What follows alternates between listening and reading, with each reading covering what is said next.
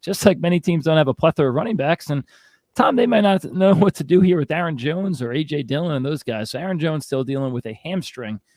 This is another guy, man. Hasn't played in 2 weeks.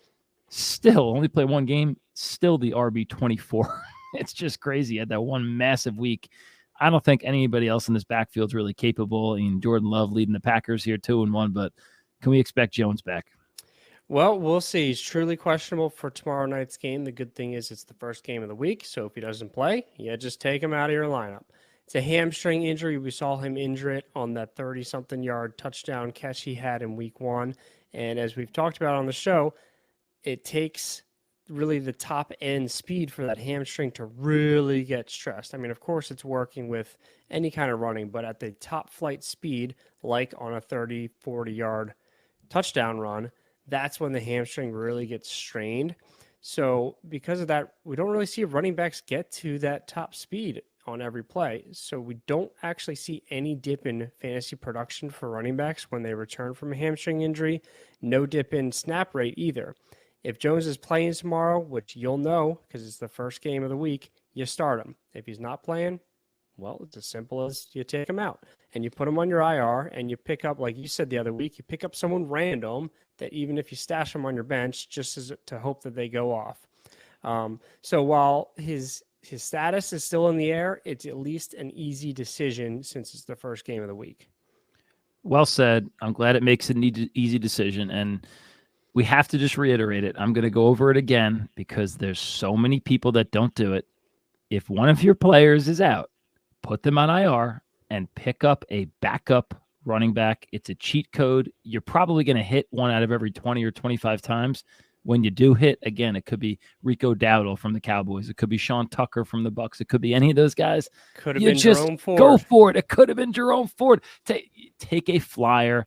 Go for it. You drop them after they get 1.2 points in the week, and you call it a day. A couple left, Tom. David Montgomery, thigh injury. He has been limited so far this week.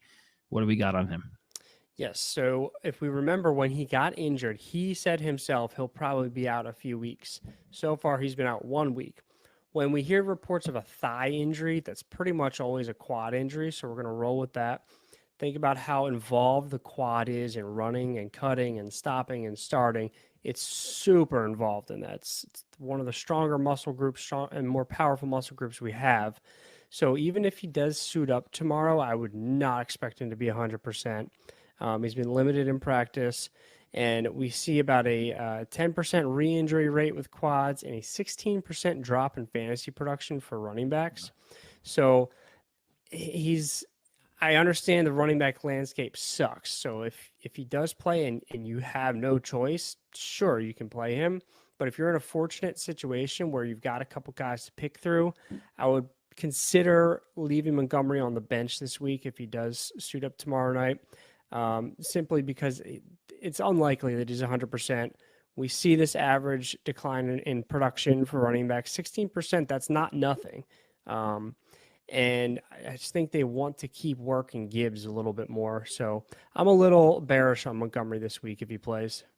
I'm with you as well, 100%. Dude, Jahmyr Gibbs, he's just going to keep showing out slowly but surely. He hasn't done much in the receiving game yet, and that is where his real strength is. So I'd expect that to just continue to grow and continue to improve. I think he's taken the job already. I know that might be an overstatement, might be a little bit dramatic. 17 carries last week, 80 yards. That's a rock solid 4.7 yards per carry, Tom, in an offense that I want parts of, right? We want this Lions offense that can move the ball.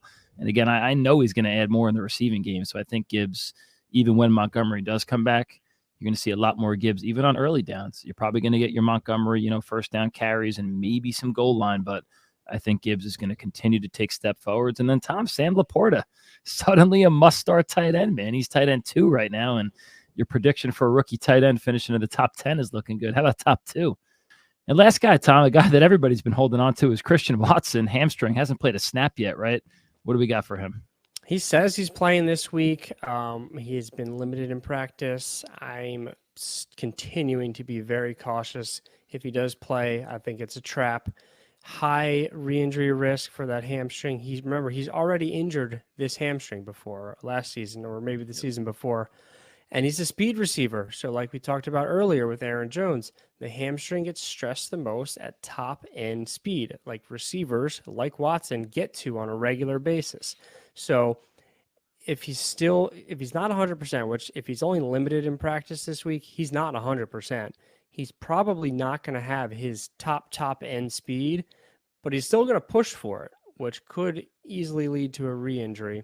And we also see a decline of 11% fantasy points in the first game back for receivers, as well as a 16% decline in their snap rate.